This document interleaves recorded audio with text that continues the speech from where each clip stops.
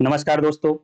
Burden of proof का chapter हम लोग भारतीय साक्ष्य अधिनियम में पढ़ रहे हैं और आज की वीडियो में दो वेरी वेरी इंपॉर्टेंट सेक्शंस को मैं आप लोगों को समझाने जा रहा हूं, जिनमें से एक सेक्शन होगी 107 भारतीय साक्ष्य अधिनियम जो बर्डन ऑफ प्रूफ चैप्टर 7 में फॉल करेगी और एक दूसरी सेक्शन होगी सेक्शन 141 जो एक अलग ही चैप्टर में फॉल करती है।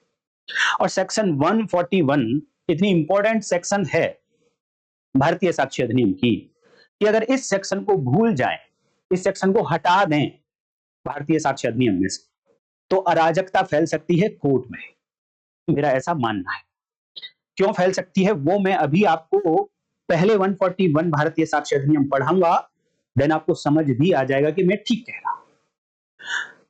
बर्डन ऑफ प्रूफ एक्चुअल में जरूरत क्यों पड़ी? बेसिक कॉन्सेप्ट मैं बर्डन ऑफ प्रूफ का ऑलरेडी बता चुका हूं, लेकिन एक छोटी सी बात और बताना चाहूंगा कि बर्डन ऑफ प्रूफ की जरूरत पड़ती क्यों है।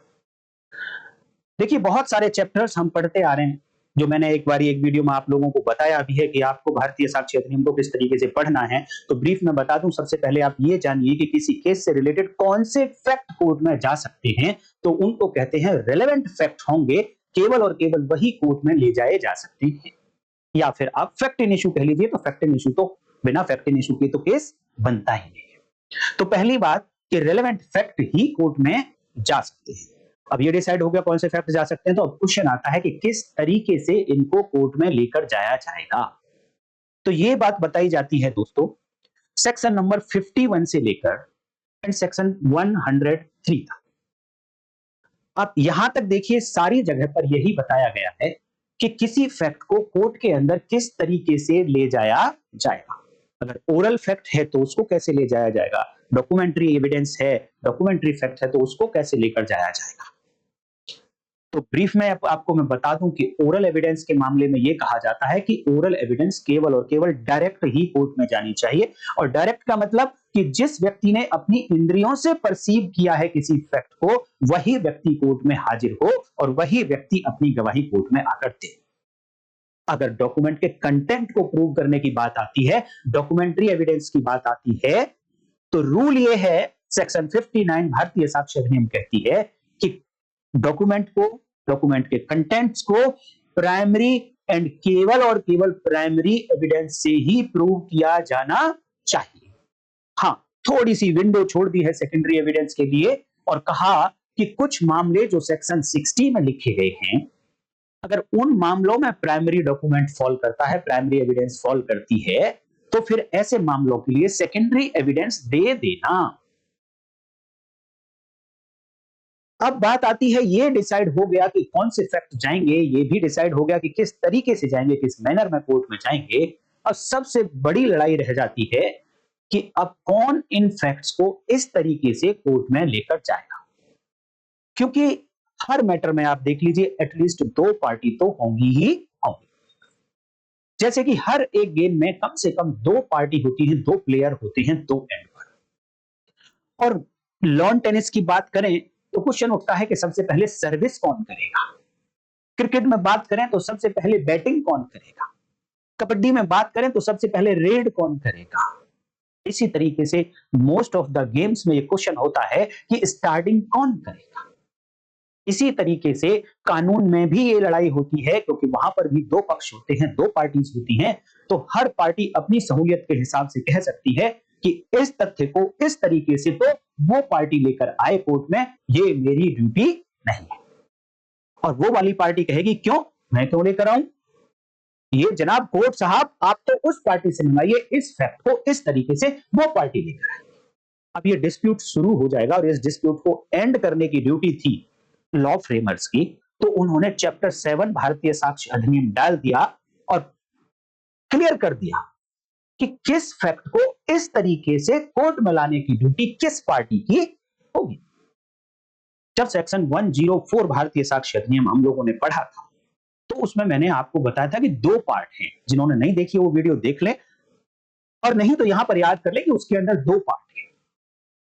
पहले पार्ट में बताया कि कोई पार्टी जो कोर्ट के पास जाती है और डिजायर करती है कि आप हमारे रिलीफ के लिए जजमेंट दे दीजिए, हमारे राइट्स हमें दिला दीजिए, या उसकी ये लायबिलिटी है आप उसको ये लायबिलिटी फिक्स कर दीजिए।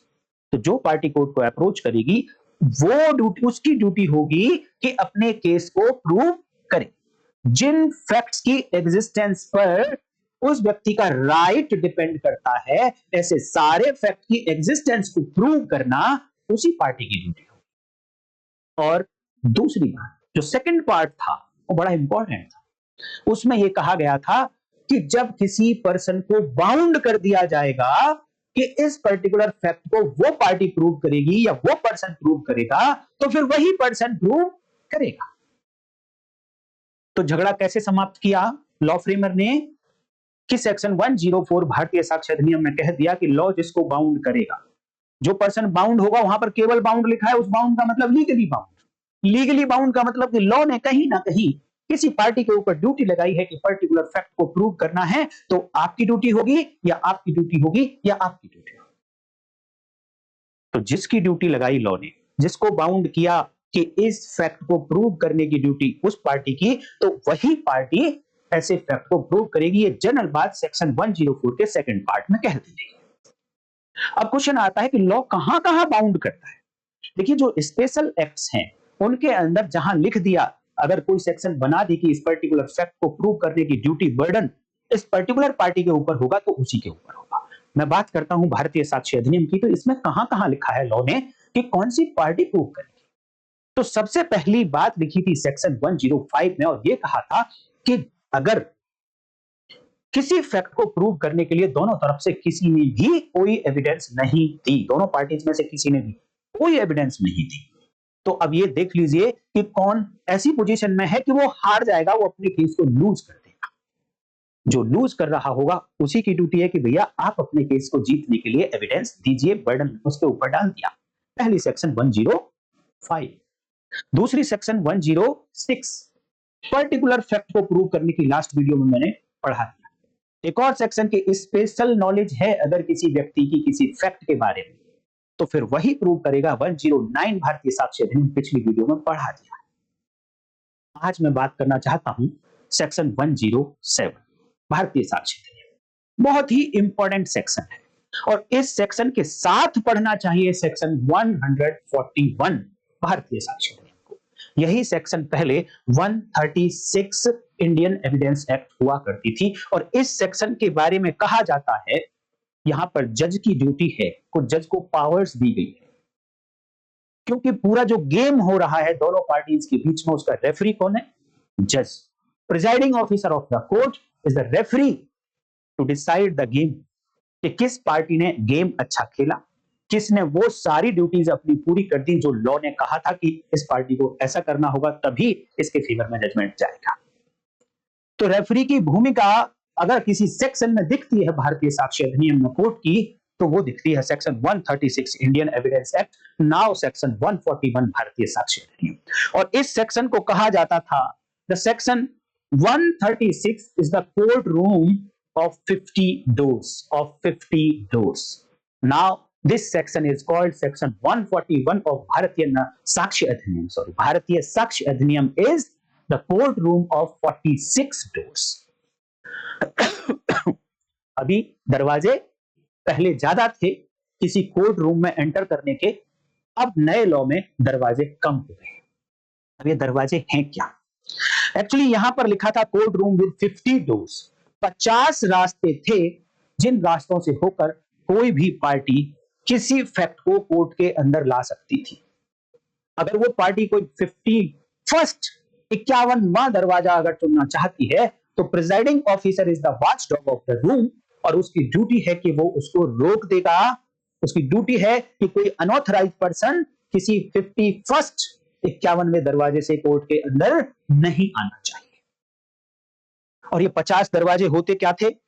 सेक्शन 6 से लेकर सेक्शन 55 इंडियन एविडेंस एक्ट, जिनमें बताया गया, हर एक सेक्शन में कहीं ना कहीं ये बताया गया कि कौन सा फैक्ट रेलेवेंट होगा, सुसंगत होगा। अब बता दिया गया कि रेलेवेंट फैक्ट सुसंगत है, ये फैक्ट सुसंगत है, रेलेवेंट है, तो वही फैक्ट केवल कोर्ट में जा सकता है। अब कोर्ट में जाने के ये यहां से यहां तक गिनिए आप 50 सेक्शंस हैं, तो इन 50 में से किसी दरवाजे को अगर नहीं चूज करेंगे तो वो 51वीं जगह होगी और वो फिर अलाउड नहीं है, कोर्ट के अंदर नहीं जा सकते। सिमिलरली सेक्शन 141 अब नए लॉ में हो गई और अब सेक्शंस रह गई हैं सेक्शन 4 से लेकर सेक्शन 50, जिनमें बताया गया कि कौन कौन से फैक्ट होंगे जो रिलेवेंट फैक्ट कहलाएंगे या इररिलेवेंट कहलाएंगे। अर्थात और 47 दरवाजे हैं जिनके थ्रू कोई भी फैक्ट कोर्ट के अंदर जा सकता है। अगर कोई भी 48वां दरवाजा चूज किया या 48वां तरीका चूज किया पार्टी ने कि मैं इस फैक्ट को किसी और तरीके से कोर्ट में ले जाऊं, तो कोर्ट की ड्यूटी है, प्रिजाइडिंग ऑफिसर की ड्यूटी है कि वो ऐसी पार्टी को रोक दे। तो ये ड्यूटी है कहां, कहां उसको पावर दी गई है। अब इसे आप पावर कहिए कोर्ट की, चाहे ड्यूटी कहिए, ये सेक्शन 141 में दी। 3 सबसेक्शन है और तीनों ही सबसेक्शन अपने आप में इंपॉर्टेंट है। एंड सबसेक्शन 2 और 3 आज की सेक्शन 107 भारतीय साक्ष्य अधिनियम बर्डन ऑफ प्रूफ, एक ऐसे मामले में जहां पर एविडेंस जब देने जा रही है एक पार्टी कोर्ट में किसी फैक्ट को प्रूव करने के लिए, आपको ध्यान रखना है कि एविडेंस किस लिए दी जाती है, किसी फैक्ट को प्रूव करने के लिए। पिछली कई वीडियोस में मैं अभी बताता आया हूं कि evidence is the means and proof is the result. तो एविडेंस दी जा रही है किसी फैक्ट को प्रूव करने के लिए। तो ये फैक्ट, जिस फैक्ट को प्रूव करने के लिए एविडेंस दी जा रही है, ये फैक्ट ऐसा है कि ये जो एविडेंस दी जा रही है ये तब तक एडमिसिबल एविडेंस नहीं बनेगी जब तक इससे पहले किसी और फैक्ट को प्रूव नहीं कर दिया जाता है। देखिए, इस जिस फैक्ट को प्रूव करने के लिए एविडेंस लेकर आई जा रही है एक पार्टी के द्वारा, वो तो तय हो चुका है कि उस फैक्ट को प्रूव करने की ड्यूटी किसकी है, उस फैक्ट के लिए एविडेंस लाने के लिए बर्डन किस पार्टी के ऊपर है, तो वही पार्टी लेकर आ रही है। लेकिन ये फैक्ट ऐसा है कि इससे पहले एक दूसरा फैक्ट प्रूव होना चाहिए, तभी इस फैक्ट के लिए जो एविडेंस लाई जा रही है वो एडमिसिबल होगी, वो ग्राह्य होगी। अगर वो पहले वाला फैक्ट, एक और फैक्ट जिस पर डिपेंडेंट है, वो अगर प्रूव नहीं हुआ, तो ये जो एविडेंस लाई जा रही है एक फैक्ट को प्रूव करने के लिए, ये एडमिसिबल नहीं होगी। अर्थात उस पहले वाले फैक्ट को भी प्रूव करना पड़ेगा। लेकिन क्वेश्चन आता है कि अब पहले वाले फैक्ट को कौन प्रूव करे, जिसके लिए ये एविडेंस लेकर आ रहा है। पार्टी कहती है ठीक है, इस फैक्ट के लिए तो मैं एविडेंस लेकर आ रहा हूं, मेरी ड्यूटी है, मैं ला रहा हूं। लेकिन क्वेश्चन ये उठता है कि ये फैक्ट, ये एविडेंस तब एडमिसिबल बनेगी जब पहले एक और दूसरा फैक्ट है, जब तक वो प्रूव नहीं हो जाएगा। प्रूव हो नहीं हो जाएगा मतलब जब तक उसके लिए एविडेंस नहीं दे दी जाएगी। और जैसे ही एविडेंस देने की बारी आएगी तो फिर से क्वेश्चन खड़ा हो जाएगा कि इसके लिए एविडेंस लेकर कौन आएगा, इसके लिए इसको प्रूव करने का बर्डन किसके ऊपर होगा। तो उस फैक्ट को प्रूव करने का बर्डन किसके ऊपर होगा, ये बताती है सेक्शन 107। और ये कहती है कि जो व्यक्ति ऐसी एविडेंस लेकर आ रहा है एक फैक्ट को प्रूव करने के लिए, और जिस दूसरे फैक्ट को प्रूव करने के बाद ये एविडेंस एडमिसिबल बनेगी, तो उस दूसरे फैक्ट को भी प्रूव करने की ड्यूटी इसी पर्सन की होगी जो ये एविडेंस को एडमिसिबल बनाना चाहता है।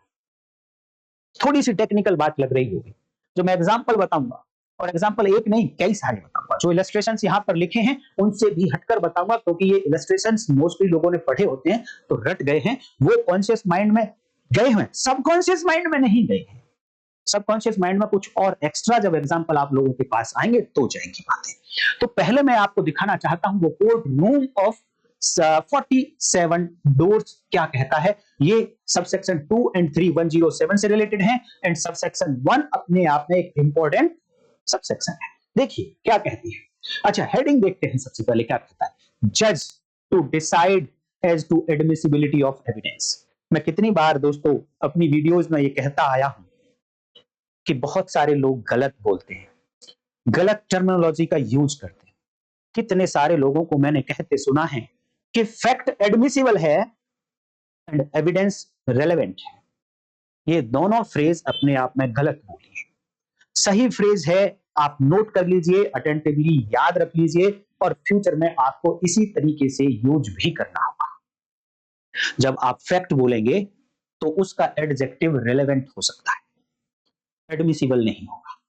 Fact is always relevant, not admissible. On other hand, evidence is admissible but not relevant, because relevant is fact. और ये कहां बताया गया, सेक्शन 4 से लेकर सेक्शन 50 भारतीय साक्ष्य अधिनियम में 47 सेक्शंस में बताया गया कि ये फैक्ट रेलेवेंट है, ये फैक्ट रेलेवेंट है, ये फैक्ट रेलेवेंट है। अगर कोई कहता है कि फैक्ट एडमिसिबल है तो भैया टर्मिनोलॉजी को गलत यूज कर रहा है। हो सकता है कि उसकी सेंस वही कहना चाह रही हो जो लिखा है, बट हम बीइंग लॉ स्टूडेंट हमें अपनी टर्मिनोलॉजी को भी परफेक्ट रखने की कोशिश करेंगे। कोशिश तो करें, जितना कर सकते हैं उतना तो करें, क्योंकि इस दुनिया में परफेक्ट कोई नहीं है। मैं हर बार यही कहता हूं कि हमें परफेक्ट बनना भी नहीं है। इस दुनिया में एक व्यक्ति दूसरे से आगे है, तो हमें भी बाकी दूसरे लॉ फेडरेटी के लोगों से आगे रहना है। आगे रहने के लिए थोड़ा सा फालतू, थोड़ा सा उनसे अधिक जानना होगा, या टर्मिनोलॉजी हम जो यूज करेंगे उनसे बेटर वे में हमको टर्मिनोलॉजी यूज करनी है। देन हम दूसरे लोगों से आगे रह पाएंगे और हमारी पहचान बन जाएगी। मैं पूरी कोशिश करूंगा कि आप लोगों को दूसरे लोगों से आगे रखा जाए। बस आप मेरे साथ लगे रहिए, वीडियोस को लाइक करते रहिए, चैनल को सब्सक्राइब कर लीजिए, ज्वाइन कर लीजिए, कंटिन्यू वीडियोस देखिए और मोटे रजिस्टर में आप नोट करते रहिए। तो मैंने क्यों बोला कि जब भी आप एविडेंस बोलेंगे तो एडमिसिबल बोलेंगे, ऐसा मैं अपनी तरफ से नहीं कह रहा हूं। आप पूरे लॉ को पढ़ लेना, कहीं भी आपको फैक्ट एडमिसिबल नहीं मिलेगा, फैक्ट रिलेवेंट मिलेगा, और कहीं भी एविडेंस आपको रिलेवेंट नहीं मिलेगी, एविडेंस आपको एडमिसिबल मिलेगी। तो जज to decide as to admissibility of evidence. Evidence admissible होगी या नहीं होगी ये कौन डिसाइड करेगा? झगड़ा खड़ा हो जाएगा ना कोर्ट में आकर। एक पार्टी कहेगी नहीं ये तो एविडेंस एडमिसिबल है, मैं तो दूंगा। दूसरी कहेगी नहीं ये एडमिसिबल नहीं है, आप नहीं दे सकते। Now who will decide? Referee will decide. Who is referee? The presiding officer of the court is referee in this matter as per section 141। Old section is 136। क्या कहती है? देखिए, व्हेन आइदर पार्टी प्रपोजेस, कोई भी party proposes to give evidence of any fact, कोई एक party है जो ये प्रपोज करती है, ये कहती है उसको देनी है एक फैक्ट की एविडेंस, एक फैक्ट को प्रूव करने के लिए एविडेंस प्रपोज करती है जब कोई पार्टी, द जज में आस्क, जज की डिस्क्रिशन है, जज may ask the party proposing to give the evidence. जो पार्टी एविडेंस प्रपोज कर रही है उस पार्टी से जज पूछ सकता है, क्या पूछ सकता है? In what manner the alleged fact, in what manner, in what manner किस तरीके से, और ये मैनर कौन सा है? ये वही यहां पर 50 डोर्स और यहां पर 47 डोर्स। वो ये कहना चाह रहा है जज कि in what manner the alleged fact if proved would be relevant. अगर वो कहता है कि मान लूं थोड़ी देर के लिए जिस फैक्ट को आप प्रूव करने के लिए एविडेंस लेकर आ रहे हैं, अगर ये फैक्ट एविडेंस ले ली जाए इसके बारे में और उस फैक्ट को प्रूव्ड मान लिया जाए, सपोज ऐसा हो जाए, तो पहले आप ये बताइए कि ये फैक्ट जिसके लिए आप एविडेंस लेकर आ रहे हैं ये किस तरीके से रेलेवेंट होगा। In what manner it would be relevant, किस तरीके से सुसंगत होगा ये आप मुझे बताइए। तरीके से सुसंगत होगा मतलब कि वो 47 सेक्शंस में से, 47 सेक्शंस में से आप मुझे एक सेक्शन तो एटलीस्ट बताइए जहां पर लिखा है कि ये फैक्ट रिलेवेंट होगा इस प्रोसीडिंग। अर्थात कोर्ट कर क्या रही है यहां पर? कोर्ट चेक कर रही है कि इन 47 दरवाजों के अलावा आप 48 में दरवाजे से एंट्री मत कर जाना कोर्ट के अंदर, नहीं करने दूंगा। पहले ये बताइए कि ये फैक्ट रिलेवेंट है तो कौन सी सेक्शन में है, फिर इसके लिए जो आप एविडेंस देना चाह रहे हो तब आप उस एविडेंस को दे देना। आगे कहता है एंड द जज शैल एडमिट। देखिए यहां पर मे था, मे मींस यहां कोर्ट की डिस्क्रिशन है कि वो पूछे ना पूछे।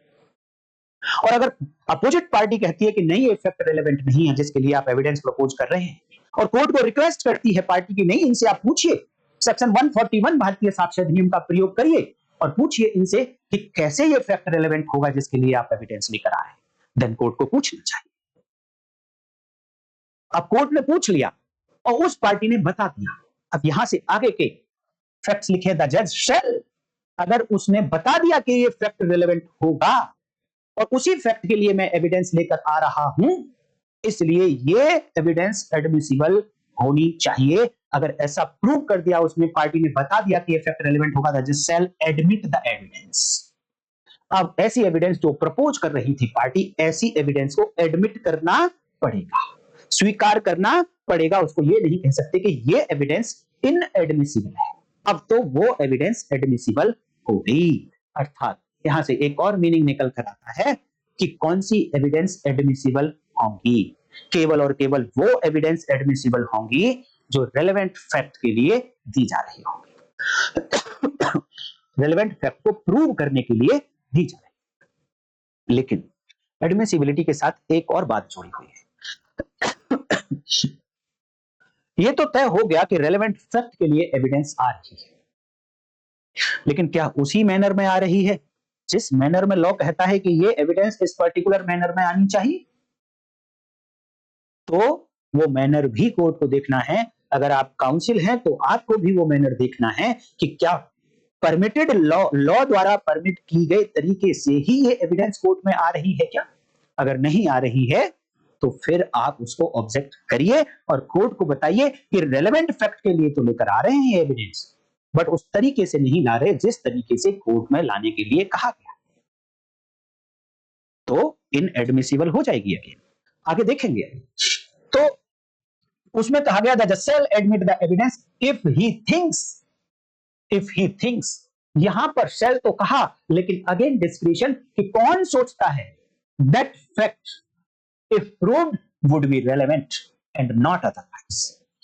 कोर्ट ही डिसाइड करेगा कि जो जवाब पार्टी ने दिया उस जवाब से कोर्ट सेटिस्फाइड है कि हां, अब वो सोचती है कि अगर ऐसे फैक्ट को इस एविडेंस से प्रूव कर भी दिया जाएगा तो फैक्ट वुड बी रेलेवेंट। और नॉट अदरवाइज का मतलब समझ रहे हैं यहां पर? एंड नॉट अदरवाइज का मतलब है जज shall admit the evidence only and only in this way, not otherwise. जब तक वो फैक्ट को रेलेवेंट नहीं बता दिया जाएगा तो एविडेंस को एडमिसिबल नहीं किया जाएगा।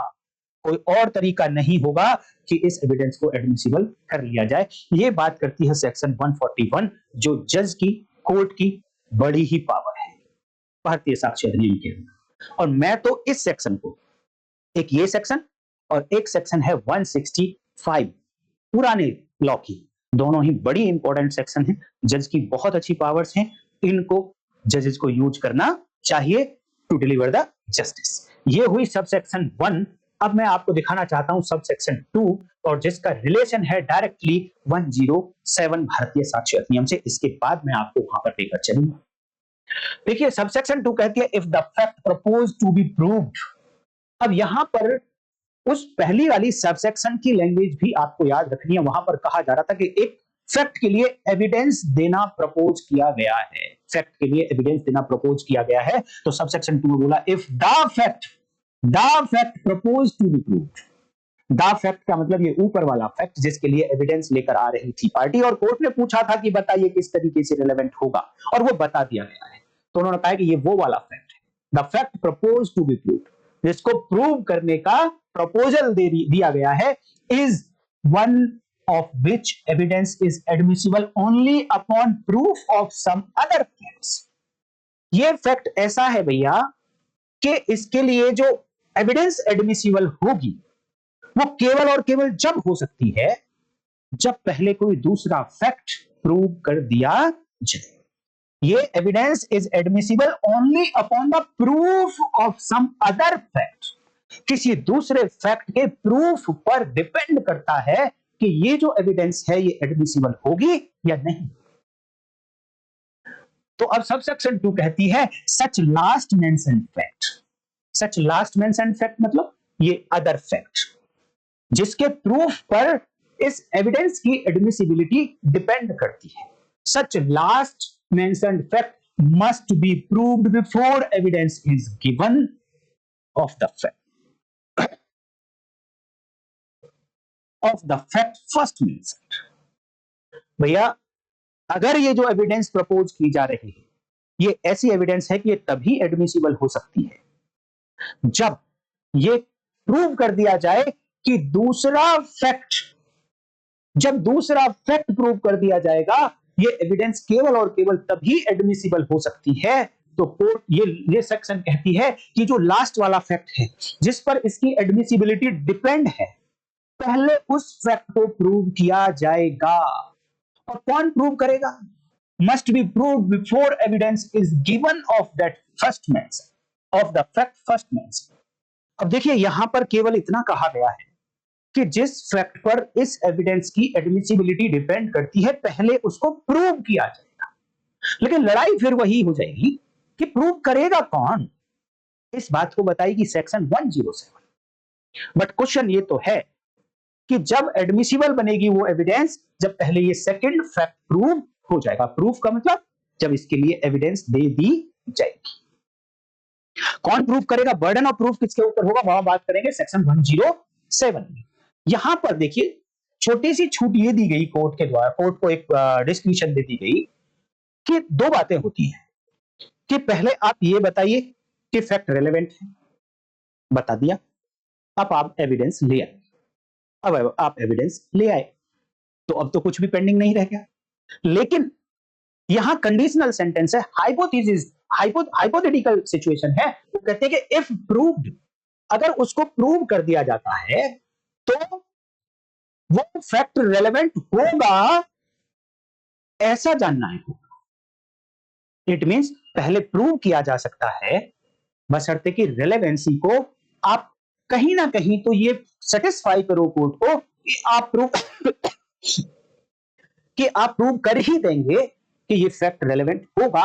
इसी को सपोर्ट करते हुए कहा कि पहले तो आप भाई वही प्रूव करना सेकंड फैक्ट जिस पर डिपेंडेंसी है इस एविडेंस की, अनलेस, हाँ थोड़ी सी छूट दी है, अनलेस द पार्टी, वो पार्टी है द पार्टी जो प्रपोज कर रही है एविडेंस, द पार्टी अंडरटेक्स, वो आपके सामने एक अंडरटेकिंग देती है, कोर्ट के सामने अंडरटेकिंग देती है to give proof of such fact, to give proof of such fact. Such fact बोले तो लास्ट मेंशन फैक्ट, जिस पर इस एविडेंस की, पहले फैक्ट के लिए जो एविडेंस लाई जा रही है उसकी एडमिसिबिलिटी, एविडेंस की एडमिसिबिलिटी डिपेंड करती है जिस फैक्ट पर, उस फैक्ट को प्रूव करने के लिए आप एविडेंस दे दोगे, ऐसी अंडरटेकिंग पार्टी ने दे दी है।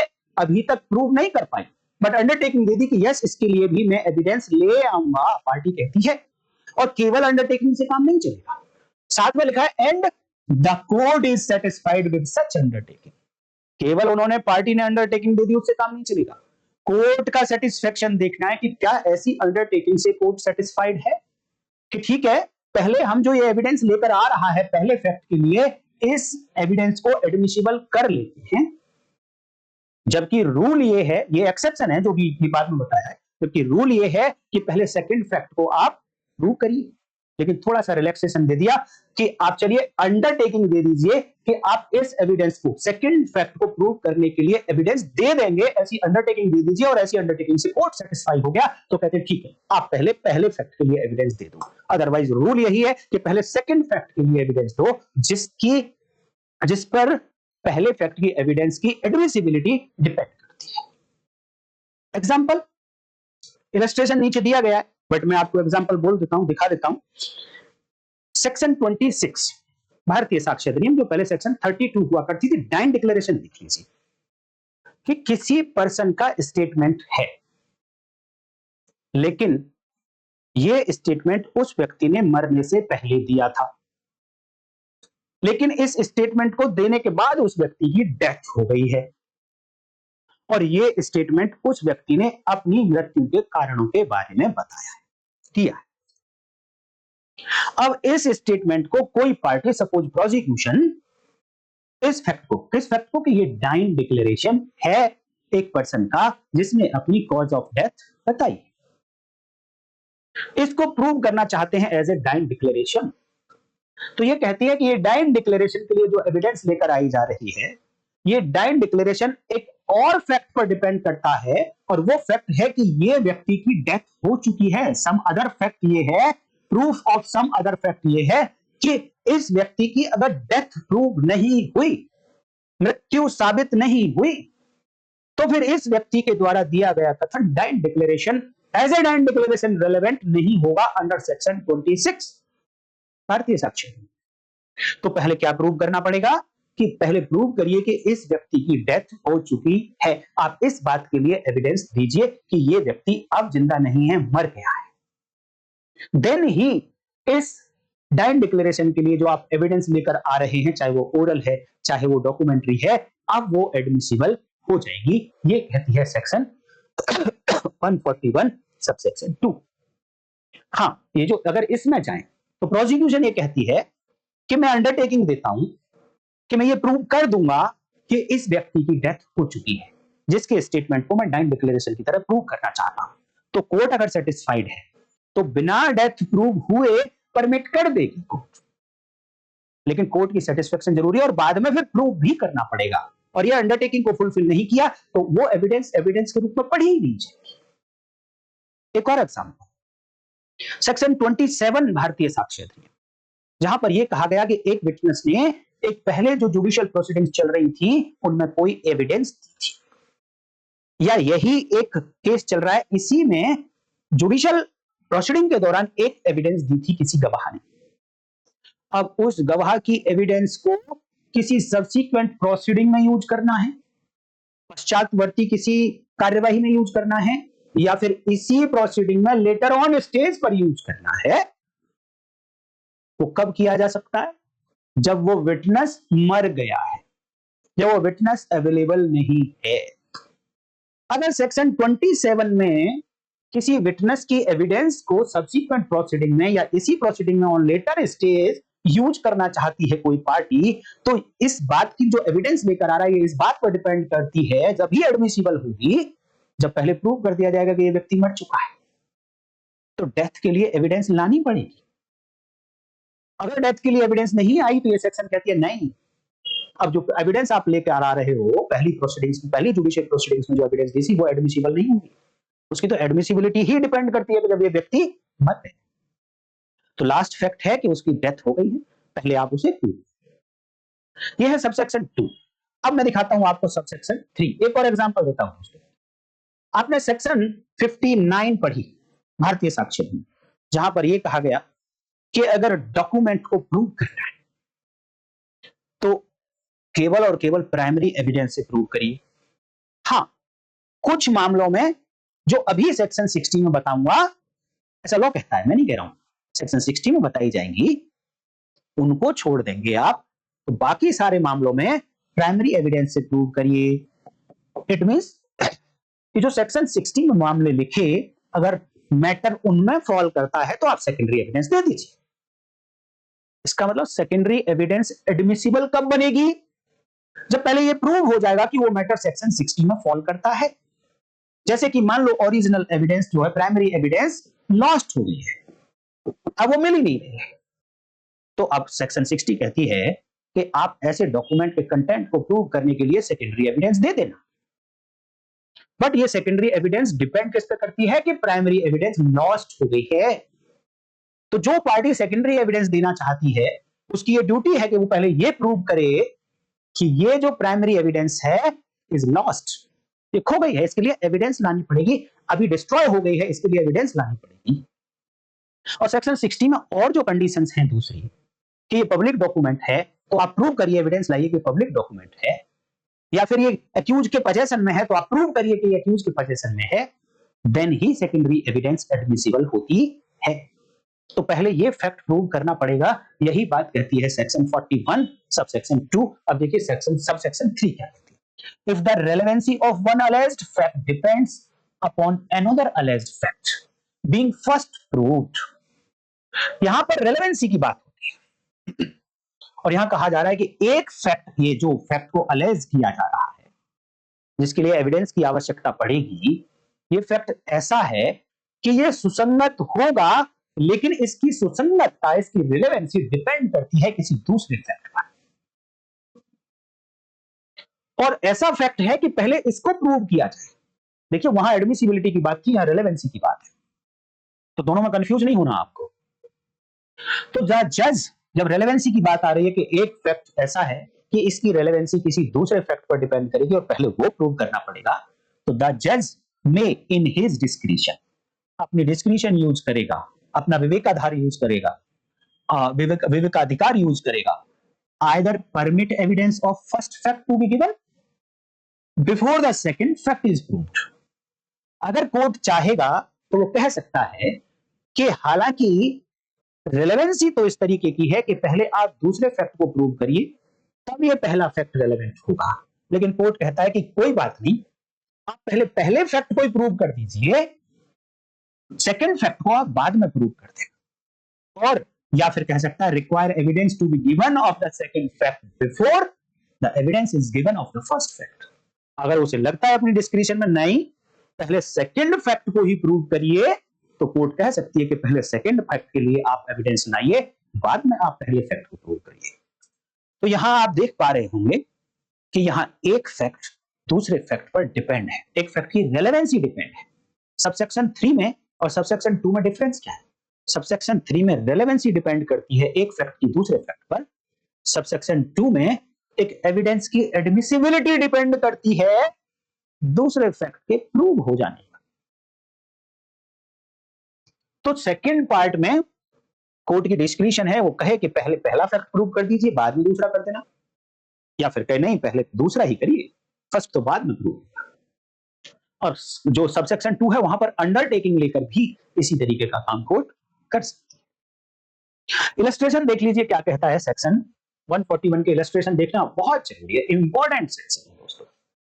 It is proposed to prove a statement about a relevant fact by a person alleged to be dead. ये वही एग्जांपल जो मैंने दे दिया आपको टाइम डिक्लेरेशन का under section 26। The fact that person is dead must be proved by the person proposing to prove the statement. देखिए ये वाली बात कि कौन पर्सन प्रूव करेगा डेथ को, ये वाली बात यहां पर नहीं कही गई थी।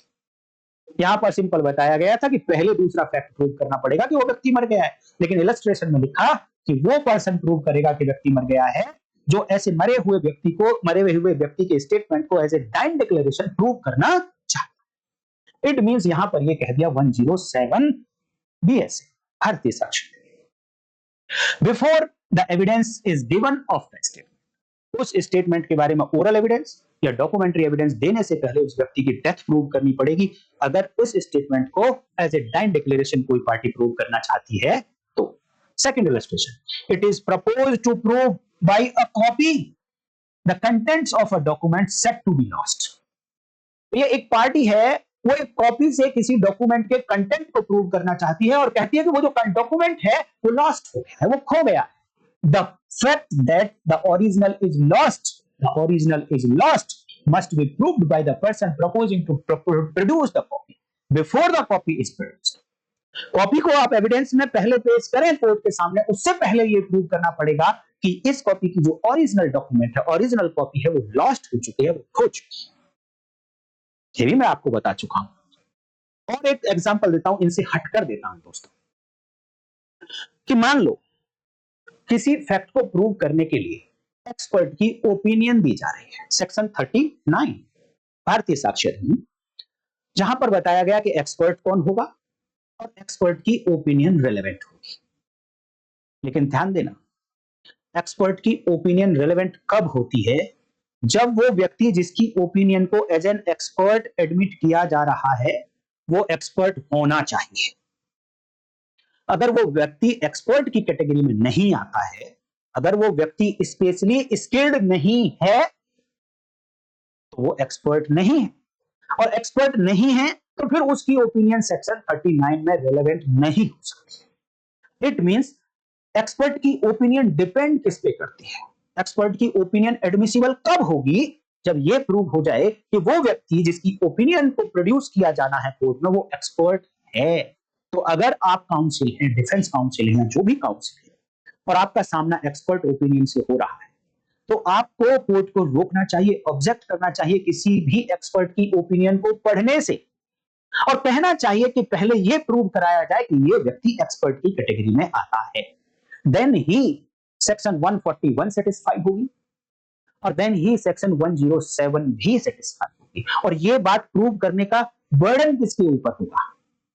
कौन सी पार्टी के ऊपर? जो पार्टी ऐसे एक्सपर्ट की ओपिनियन को एज एन एविडेंस कोर्ट में देना चाहती है, उसके ऊपर बर्डन होगा कि वो प्रूव करे कि वो व्यक्ति एक्सपर्ट की कैटेगरी में आता है, ये व्यक्ति स्पेशली स्किल्ड है। एक्सपर्ट वाली सेक्शंस में बड़े डिटेल में मैंने आप लोगों को बताया है, आप देख लीजिए। तो इसी तरीके से मैं अगर आपको ये कहूं कि जितनी भी रेलेवेंसी की 47 सेक्शंस हैं, हर सेक्शन में जिस फैक्ट को रेलेवेंट बताया गया है उससे पहले किसी एक कंडीशन को पूरा करना पड़ता है, तब जाकर ये फैक्ट रेलेवेंट बनता है।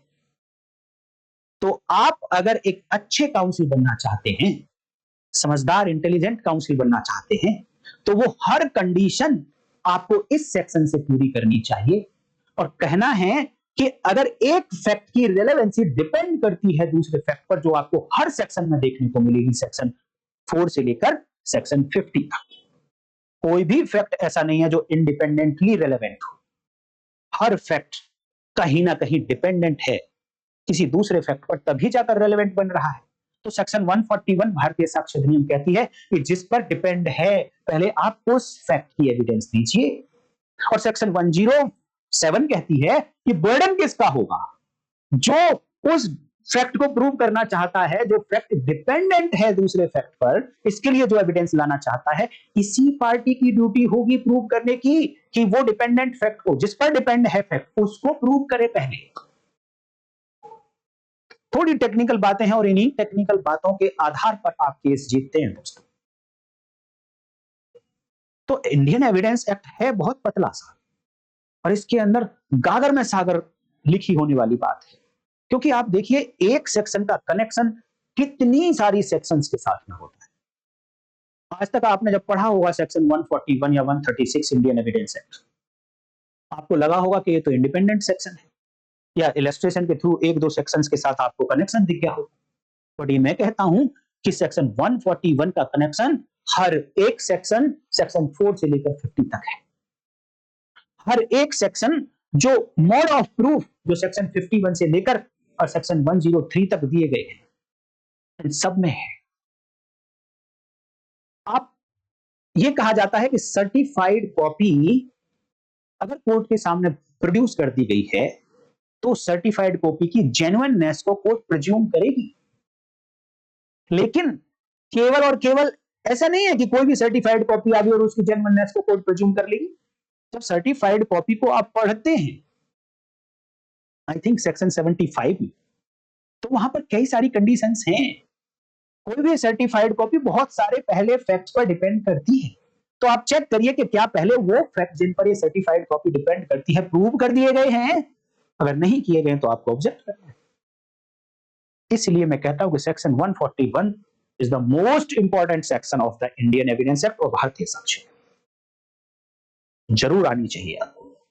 हर सेक्शन के साथ कनेक्शन बनाइए, क्योंकि यहां पर एक फैक्ट डिपेंडेंट है दूसरे फैक्ट पर, ऐसा बताया जा रहा है। आप कोई भी सेक्शन पढ़ लीजिए, हर सेक्शन के अंदर एक बात दूसरी बात के ऊपर डिपेंड है।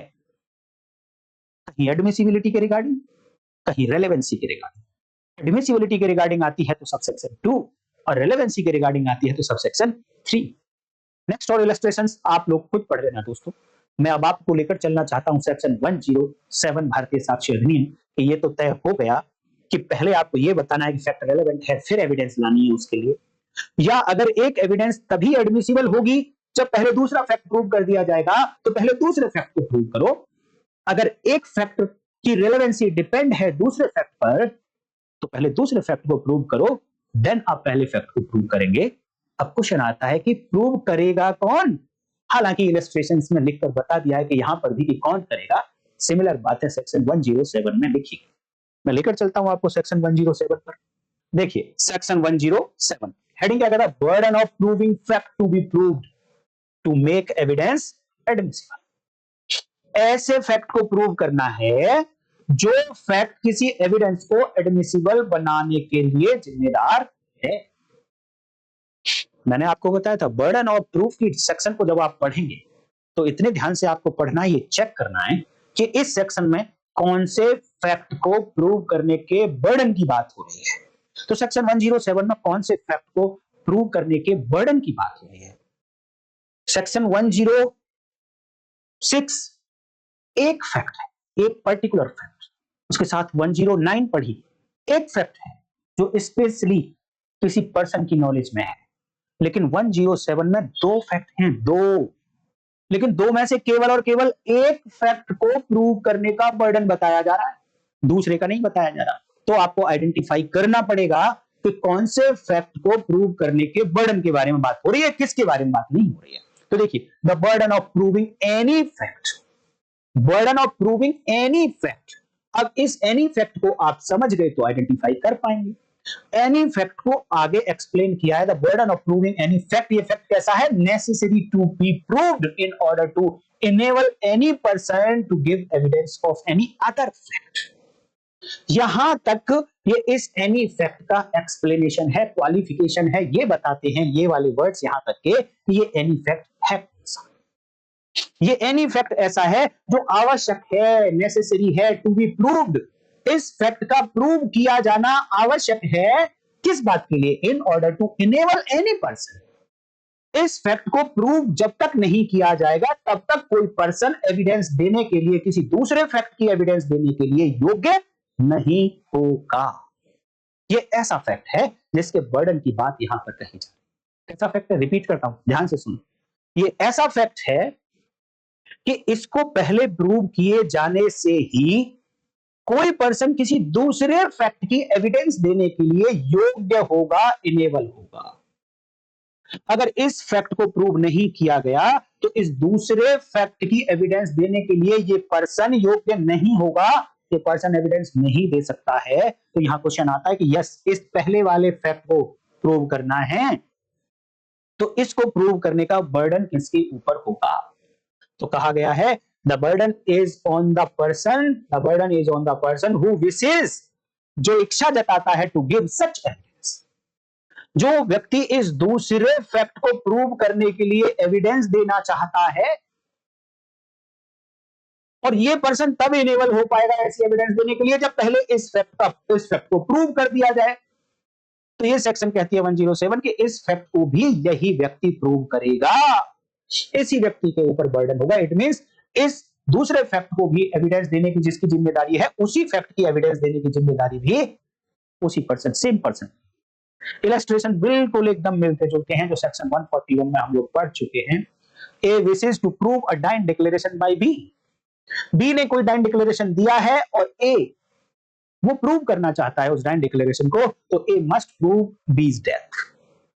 बी की डेथ पर डिपेंड करता है डिक्लेरेशन, डाइन डिक्लेरेशन होगा, तो इसलिए पहले बी की डेथ को प्रूव करना पड़ेगा। और कौन प्रूव करेगा? यहां पर बताया जा रहा है ए प्रूव करेगा।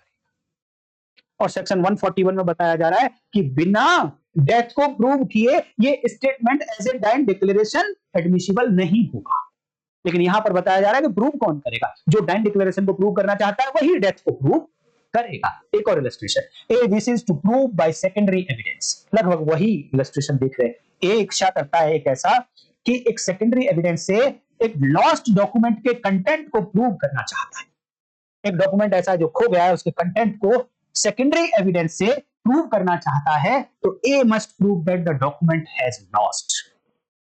ए की ही ड्यूटी होगी कि वो ये प्रूव करे कि ये डॉक्यूमेंट जिसके कंटेंट को मैं सेकेंडरी एविडेंस से प्रूव करना चाहता हूं वो खो गया है। सेक्शन 60 में और भी कारण लिखी है, अगर उनमें से किसी कारण को यूज करके सेकेंडरी एविडेंस देना चाहता है तो वही प्रूव करेगा कि मैं एंटाइटल्ड हूं सेकेंडरी एविडेंस देने के लिए। बताए वो सभी कारण। तो A must prove that the document has been lost. तो ये था सेक्शन 107 भारतीय साक्ष्य अधिनियम, which is directly connected to section 141 भारतीय साक्ष्य अधिनियम। मैं उम्मीद करता हूं कि आज की वीडियो में आप लोगों को काफी कुछ समझने को मिला होगा और प्रैक्टिस पॉइंट ऑफ व्यू से बहुत ही इंपॉर्टेंट सेक्शंस हैं। आपने रेलेवेंसी बहुत अच्छे से समझ ली, आपने एडमिसिबिलिटी बहुत अच्छे से समझ ली, लेकिन बर्डन ऑफ प्रूफ में आप गलती कर गए। और जो बर्डन ऑफ प्रूफ किसी दूसरी पार्टी पर था और खुद आप समझ बैठे कि ये तो मेरे ऊपर है, आपने ठीक से नहीं समझा, तो आपका सारा केस गया। इसलिए इंडियन एविडेंस एक्ट में हर स्टेप इंपॉर्टेंट है, रेलेवेंसी समझना भी, एडमिसिबिलिटी समझना भी एंड बर्डन ऑफ प्रूफ समझना भी। देन इसके बाद आएगा विटनेस।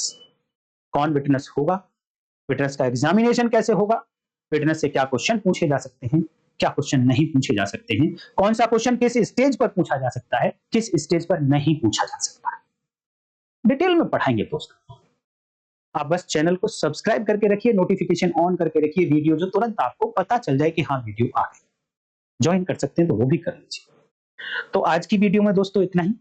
सेक्शन 107 उम्मीद करता हूं कि आपको अच्छे से समझ आ गई होगी। 108 के साथ कल मिलेंगे दोस्तों। तब तक के लिए नमस्कार, जय हिंद।